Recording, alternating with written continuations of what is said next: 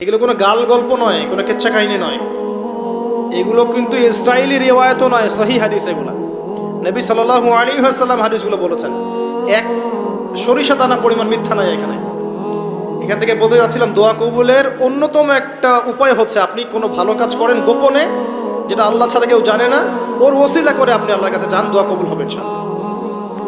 আরেকটা অপশন হচ্ছে আল্লাহ পাকের যে নাম এবং সিফতগুলো আছে এগুলোকে ওসিলা করে দোয়া করা।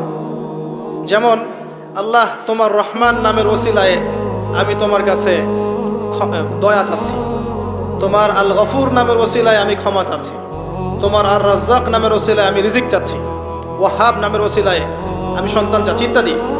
কথা কি বুঝতে পারছেন? যে নামের সাথে যে বিষয়টা যায় এটা ওসিলা করে আপনি দোয়া করলে ইনশাআল্লাহ তাআলা আপনি আপনার ফলাফল পাবেন। আর একটা সবচেয়ে বড় অস্ত্র শিখিয়ে দিচ্ছি, এটা আমি কাউকে শিখাইনি আজ পর্যন্ত, আজকেই প্রথম। এবং আমি আমার জীবনে দেখেছি এই ওসিলা করে যা চেয়েছি পাইনি এমন কোনোদিনও যায় নাই, আলহামদুলিল্লাহ। আমি সম্পূর্ণ আল্লাহ পাকের কৃতজ্ঞতা এবং শুকরিয়া আদায় করছি। এইটা ওসিলা করে আমি যা চেয়েছি আমি সারা জীবনে তাই পেয়েছি। এবং আমি বিশ্বাস করি আমি যা পেয়েছি, এই বয়সে আমি যা পেয়েছি আল্লাহ পাক কোটি কোটি মানুষকে তা দেন নাই, এটা আমি বিশ্বাস করি। এই বয়সে আমি যা পেয়েছি আল্লাহ পাক আমাকে যা দিয়েছেন, যত দিয়েছেন, কোটি কোটি মানুষকে আল্লাহ পাক তা দেন নাই, আমি এমনটাই মনে করি। আমি কি শিখাই দেবো সেটা? আপনি আল্লাহ পাকের তাওহীদের ওসিলা দিয়ে দোয়া করেন। দোয়া করতে করতে আল্লাহকে বলেন, আল্লাহ তোমার তাওহীদের কালিমা লা ইলাহা ইল্লাল্লাহ এর ওসিলা করে তোমার কাছে আমি চাচ্ছি, আপনি পাবেন ইনশাআল্লাহ। যদি আপনার রিজিক হালাল হয়, যদি আপনার আকীদায় শিরক না থাকে, যদি আপনার আমলে বেদাত না থাকে, ইনশাআল্লাহ পাবেন।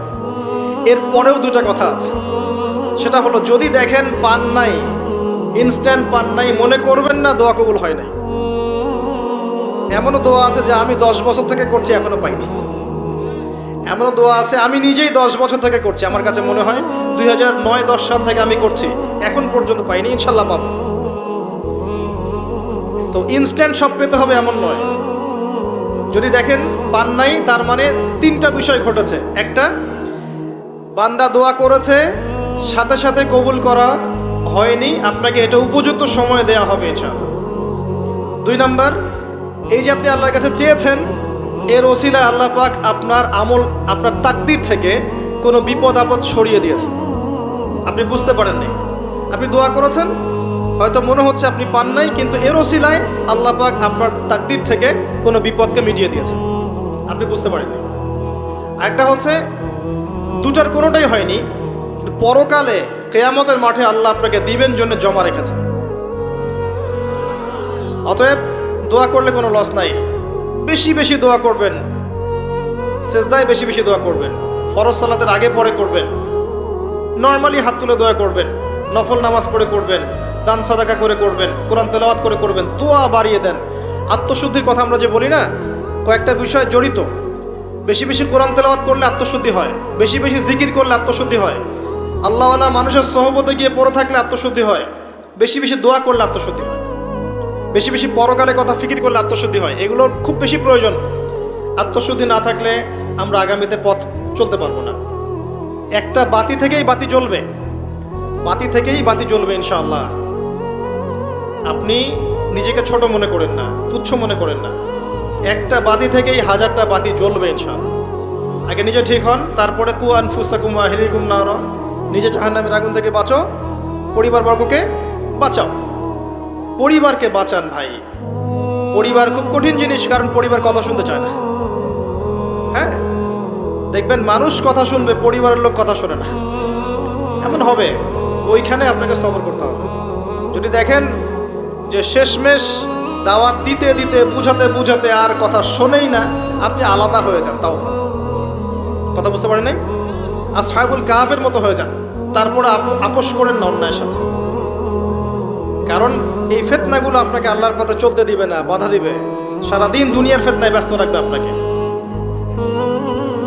এর আগে সূরা আল ইমরানের 102 নম্বর আয়াত আছে, ইয়া আইয়ুহাল্লাযীনা আমানু ইত্তাকুল্লাহ, আল্লাহকে ভয় করো, হাক্কা তুকাতিহ, ভয় করার মতো ভয় করো, ওয়ালা তামুতুন্না ইল্লা ওয়া আনতুম মুসলিমুন, পরিপূর্ণ মুসলিম না হয়ে মৃত্যুবরণ করো না।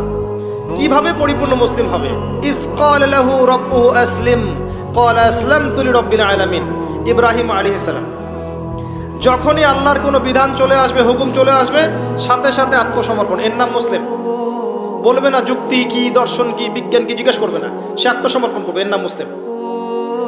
প্রত্যেকটার পিছনে যুক্তি, বিজ্ঞান, দর্শন থাকবে ঠিকই, কিন্তু আপনার বুঝে নাও আসতে পারে, আপনার বুঝে নাও আসতে পারে। বুঝে না আসলে এর মানে এই নয় যে ওর মধ্যে কোনো বিজ্ঞান নাই, কোনো দর্শন নাই, কিছু নেই।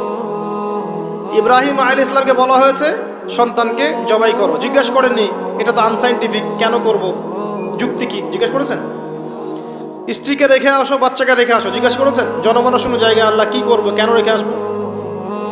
ইসলাম এর নাম, ইসলাম এর নাম, এর নাম নয় এই সেজদা করো, সেজদা করো আদমকে, সে বলছে খলাকতানি মিন নার খলাকতাহু মিন তিন, এর নাম ইসলাম নয়। কথা কি বুঝতে পারছেন? যুক্তি দিচ্ছে উল্টা, আমাকে সৃষ্টি করেছে আগুন দিয়ে, তাকে মাটি দিয়ে, কেন আমি সেজদা করতে যাবো? এর নাম মুসলিম নয়, এর নাম ইসলাম নয়। ইয ক্বালা লাহু রাব্বুহু আসলিম ক্বালা আসলামতু লিরাব্বিল আলামিন, এর নাম ইসলাম। ইব্রাহিম আলাইহিস সালাম